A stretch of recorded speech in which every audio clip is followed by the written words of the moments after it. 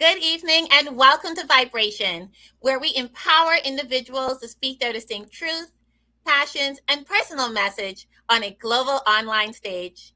I'm your host, Michelle McDonald, passionate author, speaker, and entrepreneur. And tonight, I give a special thank you to our show sponsor, Amber L, a Bahamian artisan skin line that encourages you to nourish your everyday skin glow. A calling is connected to a passion, a vision that goes beyond the surface. It guides us and grips us to our core.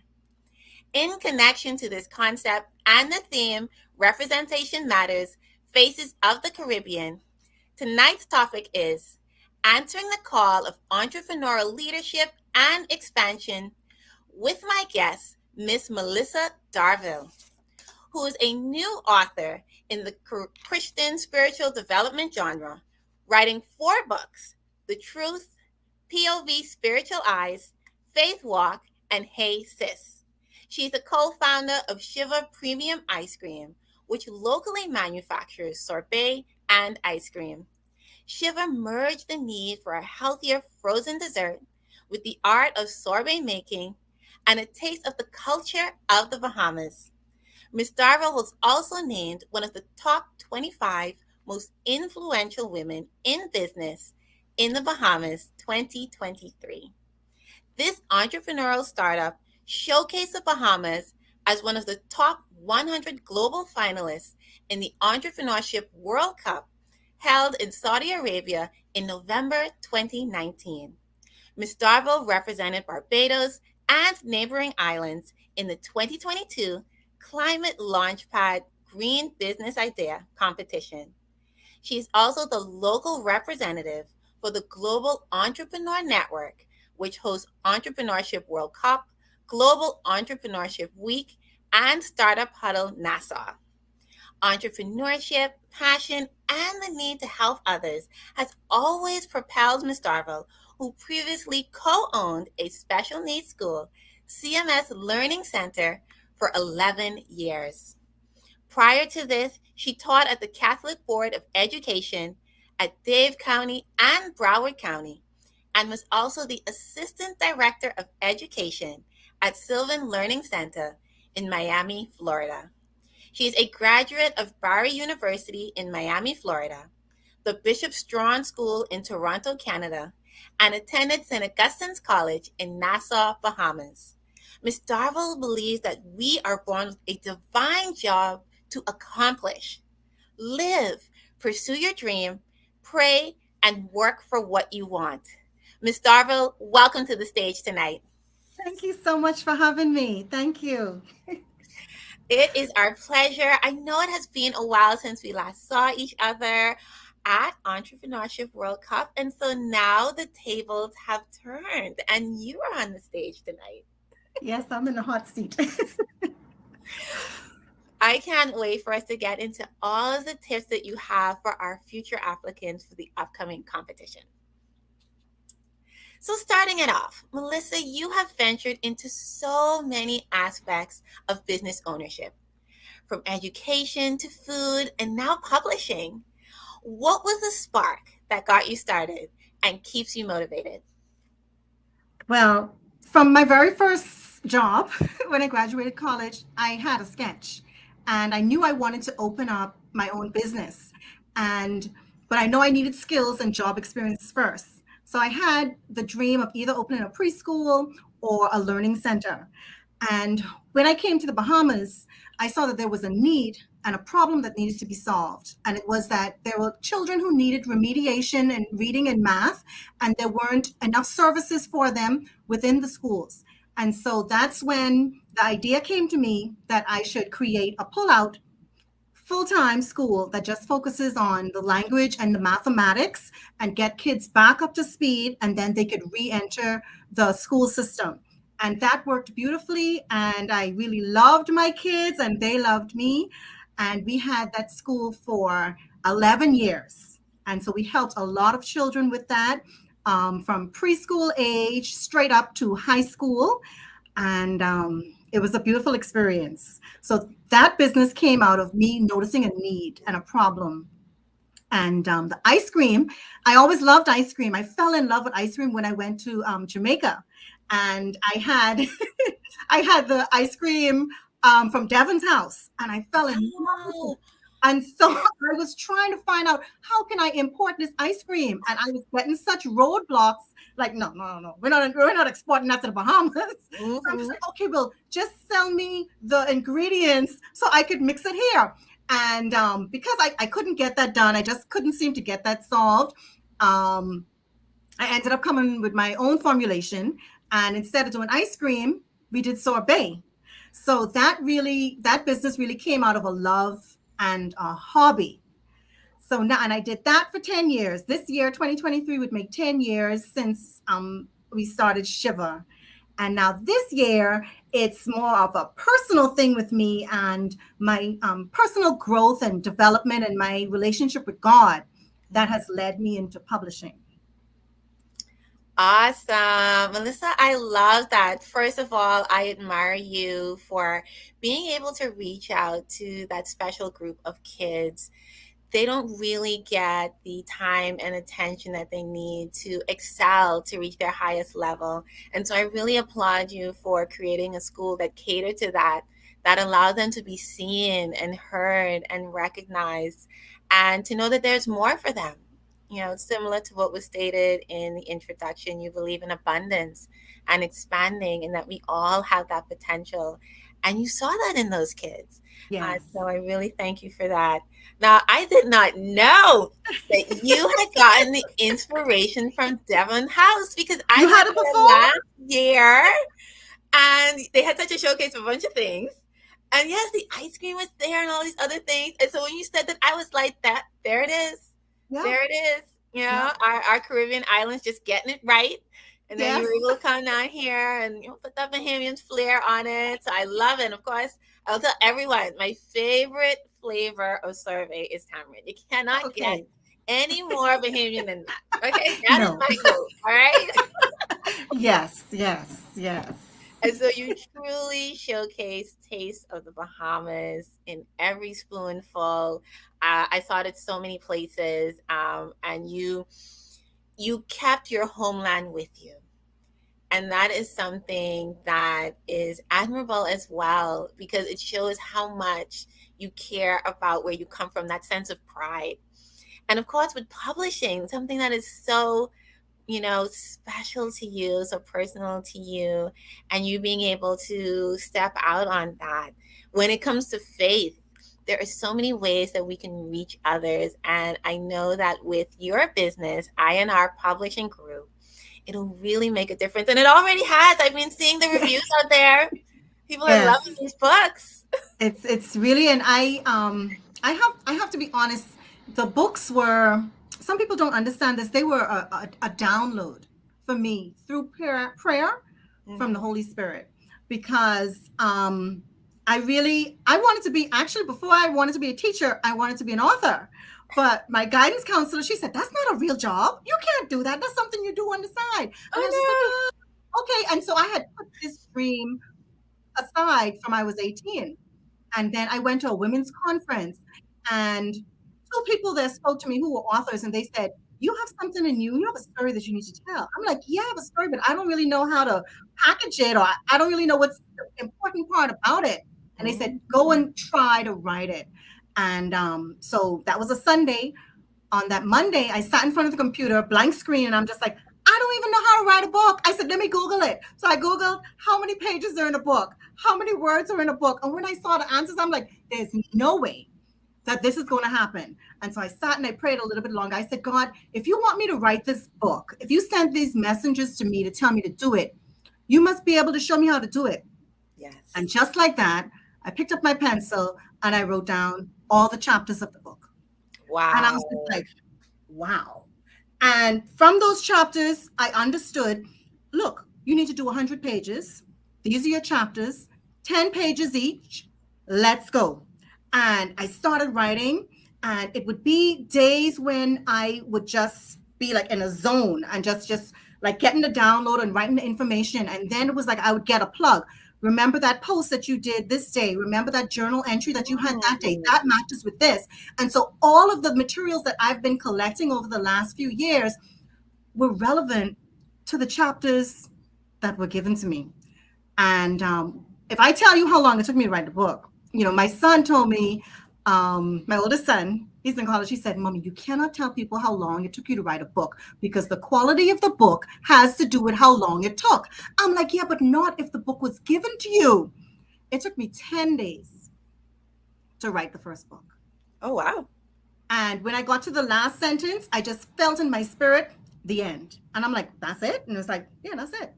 And then right away it said, now start another one. I'm like, are you crazy? I was just like, okay, let me see. And it did the same thing. It gave me the chapters. And I was just like, okay. And I was just pulling it all together. That took me 7 days. Wow. Now, Michelle, when I tell you this one here, the truth, this took me 10 days to write. And then the second one, I finished this first one on April 6th. This one I finished April 17th. It took me 7 days to write this. And the third book, this is why I know miracles are real. Okay, we always talk about, there's evil, there's voodoo, there's this, the next thing, but we don't talk enough about how real miracles are. Faith Walk, I finished it May 7th, 24 hours. God is my witness. 24 hours. Everything was just, the reason why it was so short was because I learned how to listen to the spirit. I stopped pulling myself out of the energy. When the energy and the ideas came to me, I was able to discipline myself, sit in front of the computer, and just put everything down on paper. And it wasn't until much later, because during this time, my father had passed away. And so I went through a lot of mourning, and I really wasn't in tune with my prayer and everything and listen to the spirit. And then one day, this one was finished July 9th. Hey, sis. And this one was more like a love letter that was given to me. I'm just going to read the first part of it so you understand like what I mean, that it was downloaded a message to me. It started, my daughters, I have always been there next to you. Even when I was the furthest thing from your mind, when you endured the worst, I was still there. I had mercy on you, and I did not let them completely break you. It was me who strengthened and shielded your mind so you could endure. I was waiting for a time like this when I could lift you up. And that just came to me. So these books, this was a spiritual download. And I don't know, because like with being an entrepreneur, you go through a lot. Yes. And you really test it. And I think because I was so tested and because I was so broken and with the trials that I faced to try to keep a business alive, it brought me so close to Christ that he gave me something else. So he's just like, listen, sweetie, a door is closing, but I'm going to open another door for you.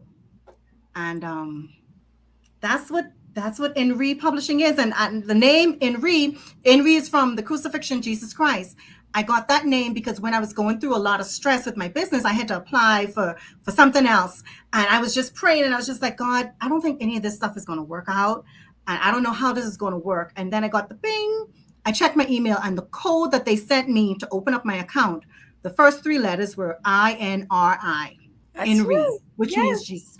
And I was like, okay, so you're talking to me. You're talking to me. You are talking to me. And so that's why I held on to that name for the publishing company, because I have to let people know, God talks to us.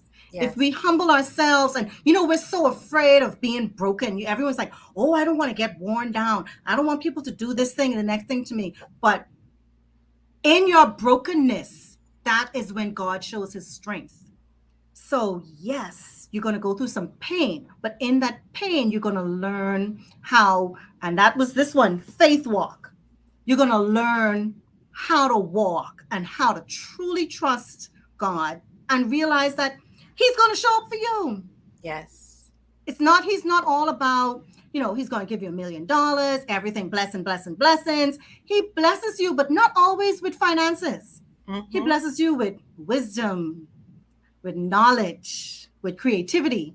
And that's what he's done for me. And it's very hard in my circle because they think, oh, she's not a millionaire yet. I'm like, no, I'm not a millionaire, but look at the creativity and the ideas that the Lord blesses me with. They Yeah. will be fruitful. Mm-hmm. They will be fruitful because I have like my little, so this is my Bible that is all torn up from use. But there's a scripture that says, God doesn't put anything in you that he's not going to birth. So Yes. you just have to wait, just wait, just do what you're supposed to do, be a good person, and it's going to happen. It's going to happen. But Absolutely. Alyssa, thank you so much for being so transparent with your personal journey, letting us know that you can be a vessel for a message that can help others. And that sometimes we may not understand our calling at that time, but as time goes on and we see the fruit of what we have planted, we understand why we were called for something higher and Mhm. how to benefit others and bring them closer and just being able to understand it all. Mhm. So thank you so much for sharing that with No us. problem. No problem. So go ahead. No, I was gonna say, and this all relates to like entrepreneurship, Yes, because absolutely. this is what entrepreneurship teaches us, that we have what it takes to create, Mm-hmm. and so we have to, and I think that's where my journey started, because it was in inspiring people and encouraging people to believe in yourself, to look inside and find where your talents are. And so entrepreneurship has, we may try to separate it as, a secular thing, but it's really about finding out who you are, learning to trust yourself. And you really need faith to be an entrepreneur, because you don't really get that grant money right away. You don't get the loan right away. You don't get the investors right away. You have to push, and you have to really be like a thug about your business to get it done. And so entrepreneurship it's right in line with all of this. Absolutely. And I think it really touches on expansion. So, in two ways. So, the first one was you were able to say that even though you were grieving, you were in an uncomfortable place at that time, you trusted God and yourself enough to expand beyond what you knew, what you understood, what you feared. Hmm. And you just trusted in Him and you went with it. And you went outside of your comfort zone, which is something that a lot of entrepreneurs have to do. And so you took that big step. You walk the walk and you talk the talk. You matched. And you'll And be surprised how good you are. yes, that's what it is. Take that first step and just keep going. Yes. Yes. So, in connection to your publishing group, there Mhm. are so many authors out there who have no idea how to get started. It is such a global market, over 19 billion worldwide. What is it about your business that makes it easier or provides a unique experience for authors who are looking to publish? Well, I have only one person that I'm working on a project for them for now, and it's a children's book series. And so, what we do is we would look at the writing for your story and see what if it fits the genre, because sometimes people they write something, but in that genre there's a certain language or style that's really preferred. So we look at how it's written. We give you suggestions on what to do. If you need to get someone to help you co-write it, then we can help you with that. We get it a final copy edited. If you need someone, beta readers to help you with your book, then you get it published, and then you have to apply to see if it can go global, and then you get it printed, and then you can start your own campaign yourself, because there are two ways you sell your book. You can get on the global stage, or have your book in, like my book is in Amazon, Barnes and Noble, is in Japan, Australia. It's listed all over. It got accepted. So that's one way to do it. But what if your book isn't? That doesn't mean that the book is not worthy of people reading it. That just means that you're going to have to market it yourself. And so we do the things like what we normally do locally. You have an event. a book signing. You put it in local books, and you just get the hard copies to give to people to sell. Because the main thing is you have a message and you have a story to tell. And just because someone else doesn't recognize it, it doesn't mean that it doesn't appeal to another group of people. Because that's something that we have to really deal with. Because sometimes the person who you submit your things to, they're just really not in your realm. They Yes. don't understand your story. Mm-hmm. So sometimes you have to go around, go directly to the people. And that's something I learned, even with Shiver. Sometimes you can't get in a big store. Sometimes you can't get a distributor. So you take it directly to the people. And so, the things that I learned from Shiver, I implementing them with in republishing. Um, and so I can help you get your book on the shelf locally and on Amazon.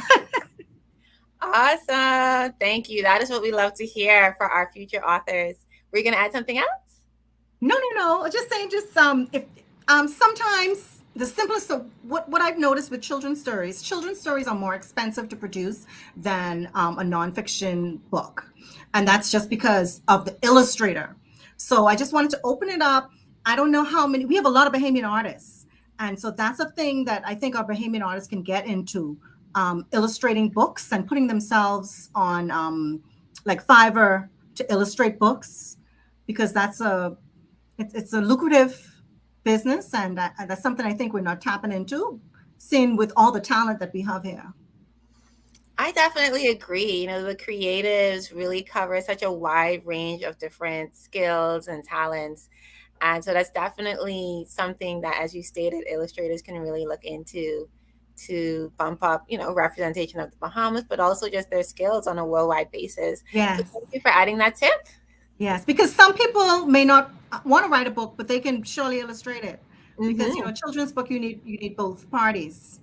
So even if you don't have a story, but you have a character maybe that you always draw, we can help you by getting a storyline to match your drawing and your style. Definitely. That's what we want, alignment. Yeah.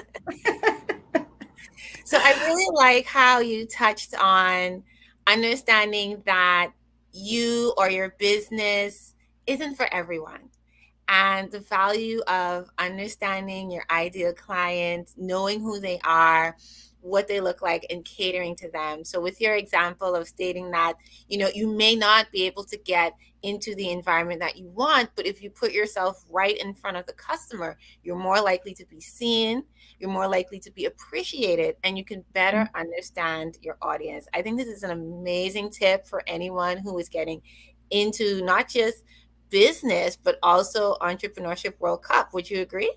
Yes, yes, yes, yes, yes. What I noticed last year with the entrance to Entrepreneurship World Cup, we had people they had ideas, but that part of knowing exactly who your customer wasn't developed as well. So maybe we can think, more into that. And then also we had a lot well, we are a tourist-based business, so we had a lot of things to do with tourism and a lot of things to do with food. But what I want is to look at those people who are in university, who are the chemists, who are doing physics. You can be in the competition as well, because you have ideas and you can have a business that, not really what is the typical business, but you could invent something. I always try to tell, like, some of the girls at my church who were going away and they were doing physics and stuff. I said, don't just get your education and then get a job. Get your education, get a job, and also try to create something that you could put on the market. So I would like to implore that our highly academic people, business isn't just for the person, just for the hustler. Because sometimes we look at it a little down. You're like, oh, that's a hustler's business. No, it's also for the academia. It's also for those who are academic. You can build a high-end product. You can build an innovative product. And those are actually the ones that probably will become global. Yeah. I agree. I think that's a good point because we live in such a highly digital world. So when you think about how rapidly technology excels and then how quickly you have to catch up and stay relevant, even when it comes to just our phones, every time a new Mm-hmm. one comes out, you have a certain genre of people that are ready to buy. And after a while, the old ones are just not compatible, whether it comes to Mm-hmm. your business or your everyday life. And so I think it was very good that you mentioned technology, just so that person can kind of keep that in mind, science and Mm-hmm. technology. Yeah. Yeah. Science and technology. And the luxury line. I don't think we had anyone that entered who was into the luxury line. And that is a niche market that is there and they spend. So if you have a product that could be a luxury item, that's also something that, can be developed. What would be an example of that? Like fine clothing, fine jewelry, um, what else? Like purses, that type of stuff. You know what they spend that money on? Okay. The people, the Okay, people with that's that, true. the people with that extra Yes, cash, yes. the Hey, just things think that about a they woman like, who loves luxurious stuff. There yes, you the go. things that they like that make them stand out. Because people who like luxurious things, they want it because they want something that is exclusive and they want something that makes them stand out and high quality. So I Yes. would say instead of, the costume jewelry, maybe you go into real gems, Mm. maybe not just the regular watch, but something with, a high-end product. You're not just the regular fashion, but something, you know, high-end. Because we're talented. There's nothing that's on the runway that a Bahamian can't do. It's just Exactly. that we don't package it. We don't package it for that market. And they're here. Yes, we the are. luxury, the luxury customers vacation and have homes here. Yes, yes. And our Yeah. designers, We need to our tap into creators are that. so passionate. Yeah. Yes. So before we go into any more tips about Entrepreneurship World Cup, I really just wanted to provide some background for persons who may be hearing about this for the first time. And one of the biggest things is to understand that it is one of the biggest startup competitions in the world. It also supports you, and you had a huge opportunity for the Bahamas last year, and you just took it to the end. I was there to be a part of the ride, but you were at the helm of it all. You pushed for it.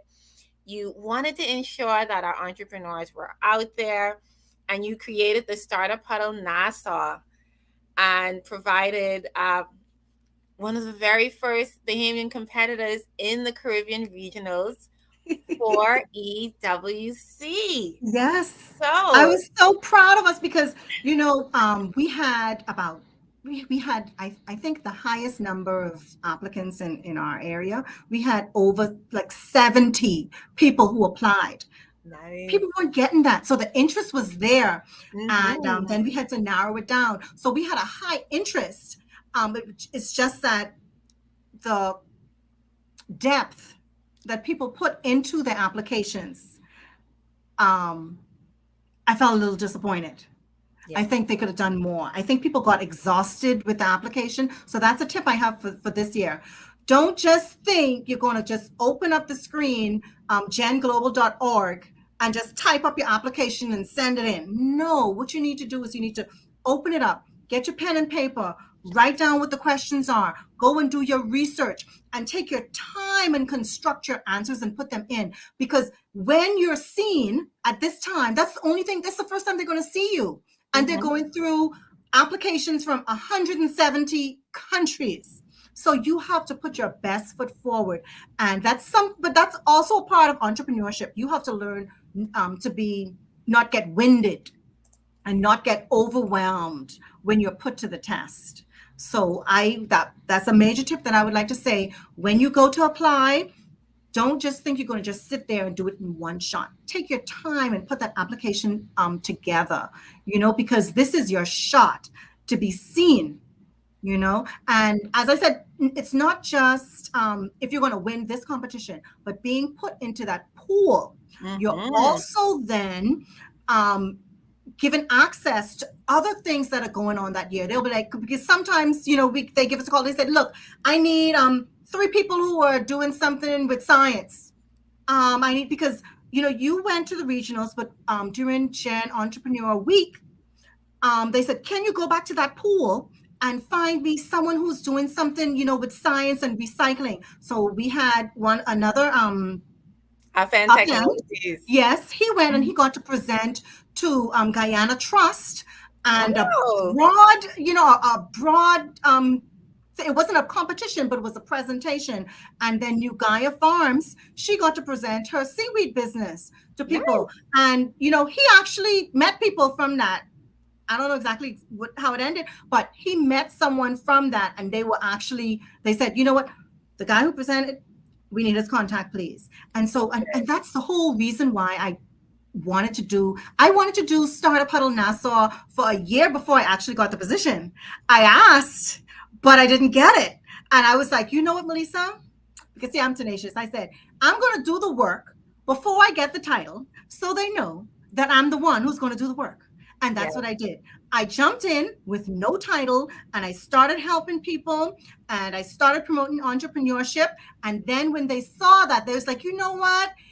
You could give it to her because we think she's going to do a job. And that's the thing that we have to be able to do, to volunteer, and I did that because I knew there were so many doors globally, in the Caribbean that have, give us opportunities, but the gatekeepers sit on the information, because your email box is full of different activities and things that are going on, but because people aren't really passionate or really want to make that move or help for others, they just let the invitations just slide. And so that's been my thing, to try to advertise and pass on so that someone else can get a chance. Someone else can get a chance, because as they say, the little meme that says, me unscrewing someone else's light bulb is not going to make me shine any brighter. No, it's not. We can all shine. Yes. The market is big enough. The market is big enough for all of us to shine. And we have to be willing to give opportunities to other people, and know that it's not going to take away from us. Your time will come. Absolutely. I think that is a great tip to get entrepreneurs encouraged and inspired to apply. So if we're thinking about the questions that are on there, and you mentioned one or two things that you want them to keep in mind to be prepared, what are 3 things that you would say to them to consider when it comes to the application question? So just like things they should know right now that they would need to include. Know who your target audience is. Know what niche you're going towards. Know what the key thing. What is the problem that you're solving? That is the key thing. What problem are you solving? It's like, okay, but I just want to open up a little bar by the beach. Okay, but what problem? That's nice. But what problem are you solving? You're solving the problem that people want to be entertained while they're on vacation. You're solving the problem that people are looking for a certain environment to relax and unwind. Think of what the problem is. You have to think big. What is the problem that you're solving? And so know your market, know who your audience is, and know how you can grow, because they're looking for companies that can expand. They're looking for companies that can scale. So yes, you have an idea and you're making juice and you're hand pressing it. That's great. But how many can you make hand pressing it? You have to be able to answer those questions. And the thing is, that's my business grew, and I grew through the tough questions with people asking me stuff, because I went and I said, I want to have a company that, we recognize sustainable farming. They said, yeah, sustainable farming. Did you go to the farm? Do you witness what type of farming they do? Okay. No, I don't. So I'm here using keywords, but the questions that they give you make you really think. They make you really think. And so we just, and whatever. Oh, this is a big one. So when you go through the application and you see something that you do not know, that is a big red flag. That is something that you need to develop in your business. So if they're asking you a question, trying trying to think of something like, oh, if they said beachhead market and you don't know what beachhead market is, go start to do your research. If they're asking you about your profit margins, if they're asking you something like that and you don't know, then that is just a flag to tell you these are the things that you need to develop now. Because now you know the level that everyone else is playing at. Because, we say it's good to be, the big fish in a small pond, but you can't do that oblivious to what's actually the reality of what everyone else is doing. Yes. So you have to understand what is going on in your market at a global level so that you can adjust yourself and upgrade yourself. Because if you only compare yourself to the people who are in your local market, you're always going to think you're a superstar. Mm-hmm. But when you humble yourself by going out of your comfort zone and see what the reality is, what other entrepreneurs are doing, then you will know, oh, I thought I had arrived, but I just started. There you go. And the great thing is to not feel scared by that. The fact that you've just gotten started and you may not understand everything that's on the application. The whole point of all of this is knowledge. Knowledge is power. Being able to apply what you have, learn what you need to, and then apply that. That Mhm. is the type of mindset that you need to have as an entrepreneur. And as you stated, they're looking for expansion. You should want expansion for your business as well. Where do you see yourself in 5 or 10 or 15 years?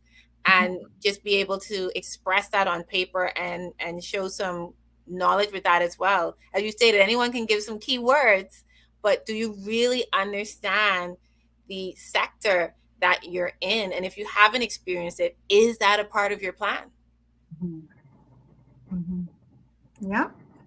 And then look at other examples. So if you know that you're like in the market for making fabric, say you have a piece of property in Andres and you want to use some of the indigenous plants there to create some fabric, go and research who else is making fabric. What are they doing in Indonesia? What are they doing, in Thailand? What are they doing in these places? What is the research say is what is trending?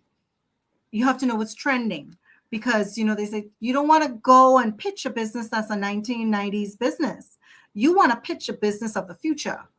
So Yes. you have to show that you understand where the future is for your business and where you're heading. Very, very good point. And I'm just including everything into the chat so that nobody misses out on YouTube or Facebook. Keeping these things in mind, there is still time for you to apply. You want to hit those high numbers, just as Yes. we did last year. And remember, any business can apply. Do not feel as though your market is too niche or your market is too saturated. Give it a try. Put yourself out there. As Melissa said, you will be surprised at what you can do. Mhm. And the thing is, the products that you create when you fill out your application, those are things that you can always use. You're going to be creating a pitch deck, you're going to be creating a video to submit. And those are things that you can use in social media to promote your business. That pitch deck, the next time you have a conversation with someone and you're looking for investment, pull out that pitch deck. So the things that you create for this application are things that you could use and continue developing to help you along the way. Definitely. And that's what it's all about, being able to kind of build your portfolio, build your Mhm. experience so that you can go from this competition and beyond. And of course, recognizing the pool that you have just by being a part of this entire thing. Mhm. So, Melissa, you have shared a Yes. lot about being the leader when it comes to all of this. And from everything that you stated, being able to have that special needs school, coming out with Shiver, which was very unique in itself, and now your publishing group, you have shown that being a leader is a part of your calling. It is something that has a strong sense of conviction for you. You also believe in expansion, which we've heard a couple times throughout our conversation tonight, because of your belief in just abundance, having that mindset. What do you think brought you to this point of being able to follow this aspect of your personal journey at this time? I mean, what brought me to becoming a leader, or what brought me to trying something new again? I said trying something new again, To because you've trying always something. been a leader in everything that you've done, being a trendsetter, and you've allowed yourself to continue to expand and like go outside of the box. And you've helped others through your vision.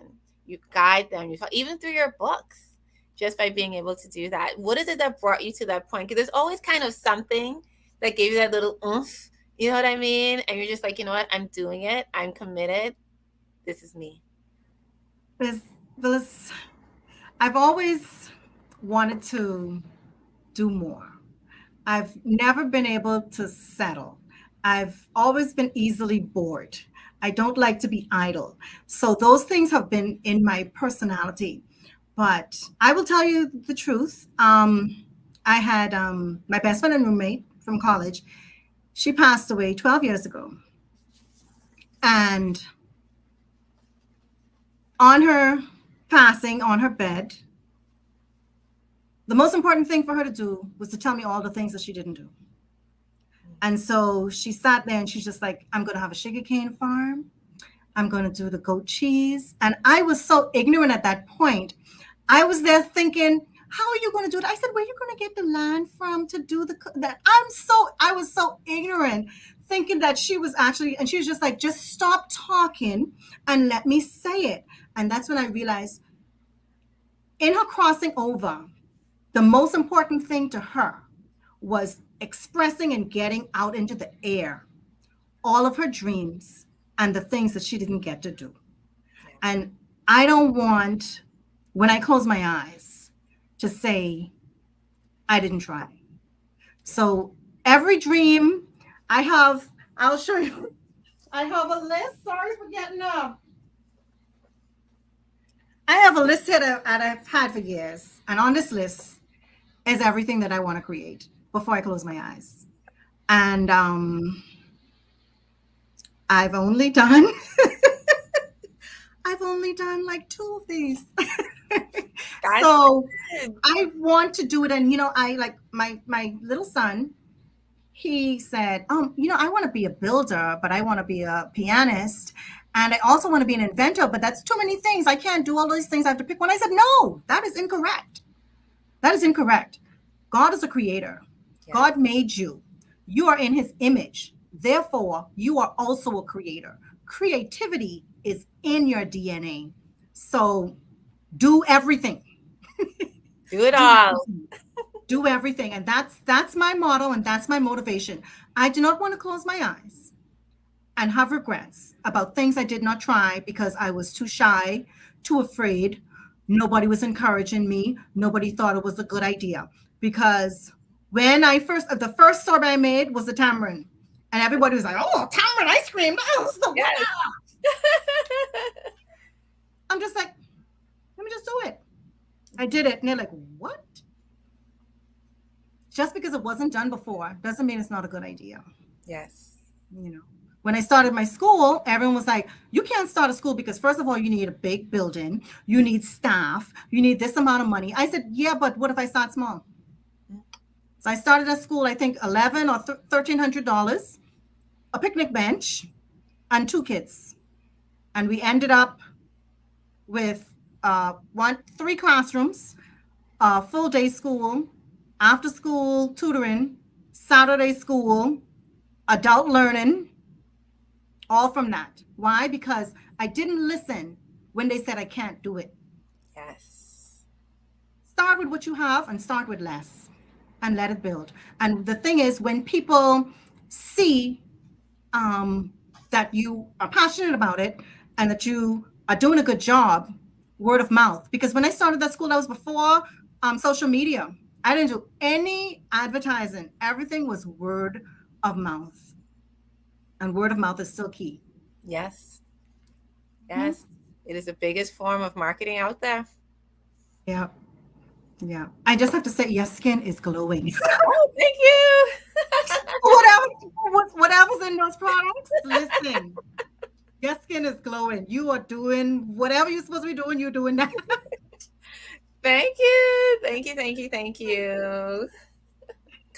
Appreciate that. Alyssa, I want to say thank you for sharing that story, giving us a reminder of just stepping out on faith, believing in ourselves.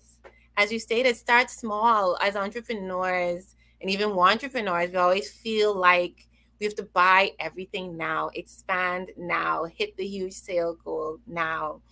And you have given us this beautiful reminder that where we are is where we need to be. Work with what we have, and we will be given more. Mhm. Yes. So Oh, beautiful said. thank you for letting me share, get all that off my chest. Yes, thank you. Thank you. I appreciate your message. I know you've inspired so many other people who just sometimes we hold on to our dreams so tightly and almost too tight that we don't allow ourselves to express them and experience them as we should. And so I know that your message has helped someone to let it go in a way where they can step into it and not just keep it close. Yes. Yes. Oh. Yes. So, Melissa, one more thing. You have given us so many tips from a leader perspective, kind of overseeing the entire Entrepreneurship World Cup experience for the Bahamas, but you also competed in this competition. So, what was that experience like? Just so the person can be kind of prepared on, like, what should I do if I'm chosen? What does it feel like to be on the stage? Like, what happens? It was the best experience of my life, and it changed me forever. And it was the scariest experience of my life. When I had to go and pitch in Saudi in the big arena, and there was this panel of judges. Oh my goodness, I was in the corner before, just practicing and practicing and practicing. I said more prayers, and the, it was just it was a life changing event, and me pushing through that fear and presenting my ideas took me to another level. Yeah. And the questions that were presented to me helped me to do the things that I had to do next. Because the questions were like FDA approval, Mm-hmm. um, my expansion into the US. Like the questions that they asked me showed me what I needed to do next. So even though I didn't advance to the top 40, like my friend Dale Trotman, I didn't advance. I had four friends advance to the top 40 friends who I just met, but we were just like, it was such, everyone who went, they were like of one mind and Yes. like one character. So when we met, it was as if we had known each other all along. So I had the thing was what is so hard is that when they I thought I did a good job. And one of my other girlfriends from Nigeria, man, when she finished, everyone was clapping their hands. It was like a Martin Luther King speech that she gave. Everyone was like, oh, she win, she win, she win. So when they called off the names that made it, we were like in shock. We're like, what you mean? They didn't call me, like in shock that they didn't call us. And then the crushing came. Mm. But we didn't have time. I don't even know how to explain this.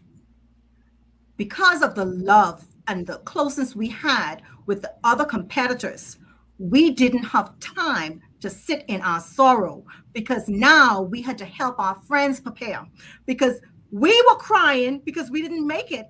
They were crying because they did make it and they have to compete in another 2 hours. And so, like, Wow. what are you gonna do? Are you just Mm-hmm. gonna sulk and be mad and say, "Oh, I didn't make it"? Or are you gonna look at your friend and be like, "Guess what? Wipe these tears. Let me help you." And Yes. that's what we had to do. I mean, we I had one of the girls who was with us. We had to pick her up off the bathroom floor because everyone who went was like the representative for their country. So everyone was thinking like, oh, I'm used to winning. I always win. So to not win at this level, it was a crush. We'd never experienced that before. And so at that moment, we had to learn to put the energy into someone else. And that's what I started doing at that point. So I had someone who made it to the top 40, and then Two of them made it to, like, I think it was the top 10 or 15, something else like that. And so what I did, I started, there was a guy who was doing, he had a procedure, he had invented a procedure for something for brain cancer. Wow. And he was crying. I'm like, hold on a minute. You dealing with brain cancer. And he's coming to me, I can't do it. I can't do it. I can't do it. He said, my pitch is, his pitch was like 10 minutes long and he needs it to be 4 minutes. There's no way I can do it. I said, guess what? I don't know anything about science. So pitch it to me and I'll tell you what parts you could take out. And I worked with him that night. He was crying. Wow. I worked with him that night and we got that pitch down to 4 minutes. And I don't know anything about science. But what I do know is how to encourage people and how to help people. Because I'm like, and that's when I started thinking, God, I don't know why you put me in this situation with these people who are way better than me.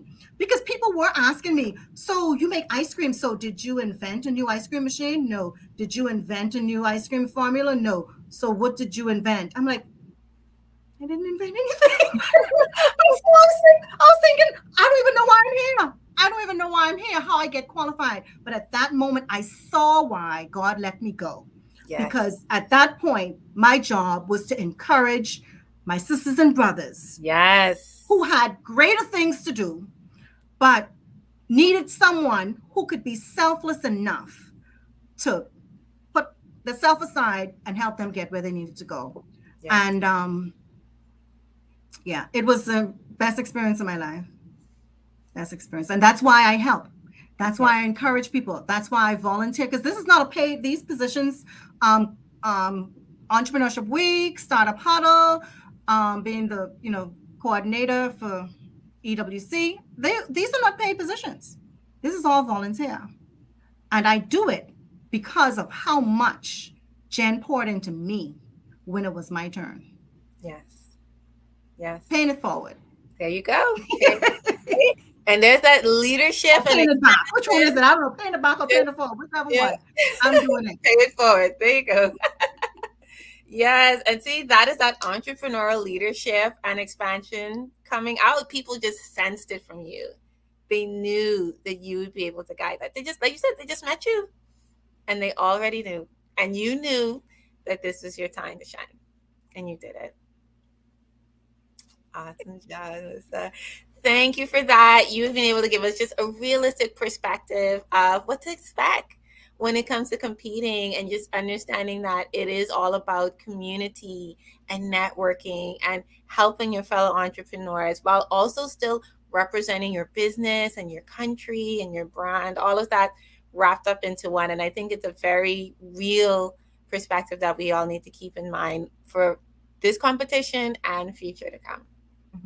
Because they help me too. Because the whole thing that I have now with my sorbet saying that we have the antioxidants, vitamins, and 19 nutrients, I wasn't saying that before. I was just saying it tastes good and it's from indigenous fruit. And then the scientists who were helping, they said, hold on a minute. So why aren't you mentioning that it still has the vitamins? Why aren't you mentioning that it has antioxidants? These are important things. This is what you need to be putting in this. You need to be putting these type of facts in it, scientific facts. And I wouldn't have come up with that. So even though I helped people, but they were able to also help me see things that I weren't in my, my spectrum, weren't in, in my line of thinking, and they helped me. So I would tell you, every competition I've been in, someone has helped me to get my business plan and my business idea beefed up. So compete, meet some people. Yes. Yes. Open your world, open your mind, believe in yourself, believe in others, and you will grow. Yes. Absolutely grow. Melissa, you have shared so much with us. So, of course, we have to know what is next for you. How can entrepreneurs sign up and get copies of your book? Okay. Well, to sign up for the Entrepreneurship World Cup, go to genglobal.org. The application form is right there. Please go, just check it out. Give yourself a chance. Take a chance on yourself.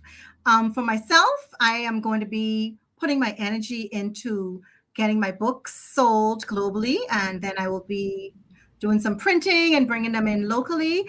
They're on Amazon, Barnes and Noble. You can purchase them online. And if you want to reach out to me, melissa.darville@hotmail.com or Melissa at enrepublishinggroup.com. You can reach out to me if you have a book or if you're an artist and you want to collaborate and create something. I'm here to help. There you go. Thank you for that information. Melissa, I truly appreciated your presence today, for the work that you have done to put the Bahamas on the map in a multitude of ways. Empower Bahamian students and entrepreneurs by providing direction as well to future authors within Thank you. republishing. For Thank you. entrepreneurs of any level, you can contact Melissa at the information that she has provided. Take a chance on yourself. Believe in who you are, your products and services, and be open to helping entrepreneurs and create a community that is constantly giving. A special thank you to our audience for watching tonight and our show sponsor, Amber L. If you're just tuning in, you can watch the full episode on Facebook and YouTube. And also a special thank you to our guest, Melissa Darville, who continues to be a leader and an inspiration to students, entrepreneurs, and her readers in everything that she does. Oh, we have a special comment on YouTube that we have to share. Oh, Mario thank you. Sophie says, "Well done, Melissa." Thanks. Yeah, So, this was great. But I want to do a shout out to Dr. Brandon, who's in Barbados, who has been a mentor to me. And she runs the Caribbean Center of Excellence for Sustainable Livelihoods. And their goal is economic empowerment for women. And they're on Facebook and LinkedIn and everything. And she has been a key person for mentoring me and helping me to develop in my leadership with Jen. Thank you, Dr. Brandon.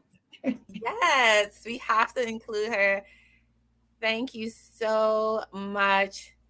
Everyone, I thank you for tuning in, for all of the information that we've received. Continue to feel inspired and motivated. I invite you to join me next week for another episode of Vibration, where we raise your frequency and amplify your truth. Bye, everyone.